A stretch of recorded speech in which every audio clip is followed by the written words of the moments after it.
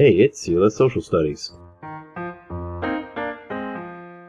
Hey guys, it's me, Mr. Sela again. Right now we're going to talk about the Northwest Ordinance of 1787.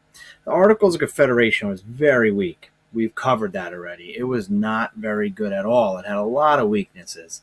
But there was one strength, one thing that it did that really was good for our nation. As you remember, after the French and Indian War, the 7 Years' War, Britain got all France's land claims east of the Mississippi River, so from the Mississippi to the Atlantic Ocean. So what colonists started doing was just expanding that way, and there wasn't any real colonies. It was kind of just open native lands. So what was America going to do to get those lands into our governmental control? So here's what they do. In the Articles of Confederation, they create the Northwest Ordinance of 1787.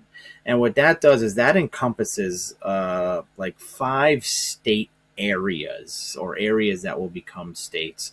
That would be Ohio, Indiana, Michigan, Wisconsin, and Illinois. Those 5 right there. I'll go through them again. Ohio, Michigan, Indiana, Illinois, and Wisconsin.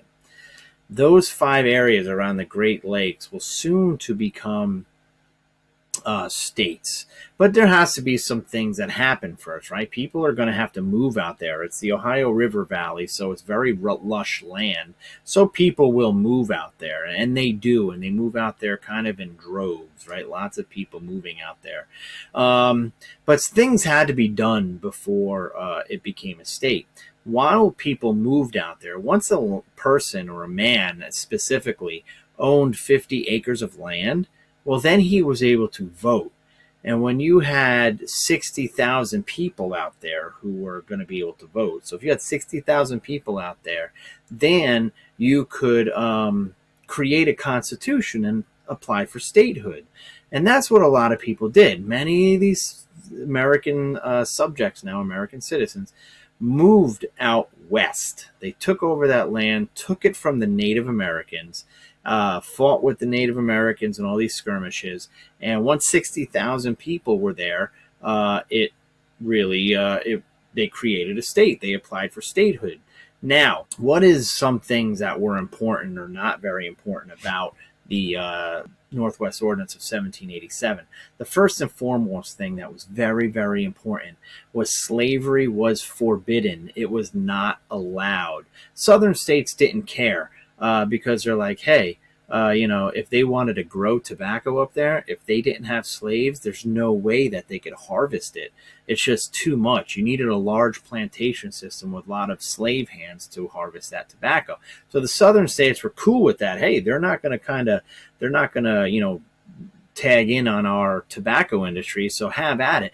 But it's very important, because now if you're going to have these northern states not having slaves, anti-slavery states, later on, that will come around and hurt the South. So slavery is forbidden in our first attempt, or the first westward expansion of the United States. That's really what the Northwest Ordinance is. It's really our first westward expansion.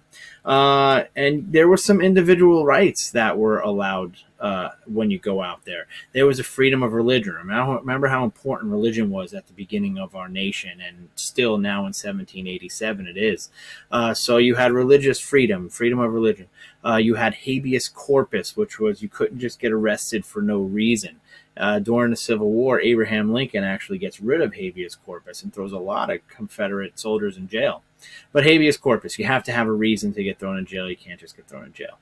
You have the right to a trial by jury, right? So if you get in trouble for something, you have the right to have a trial.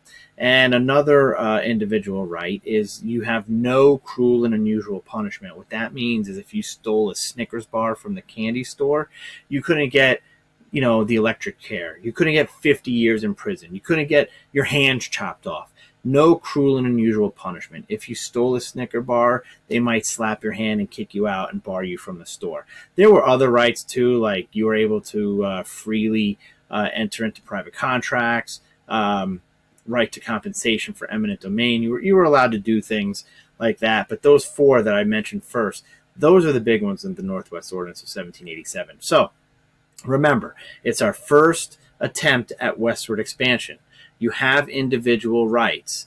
Slavery was not allowed. You had to have 60,000 people to be able to apply for statehood.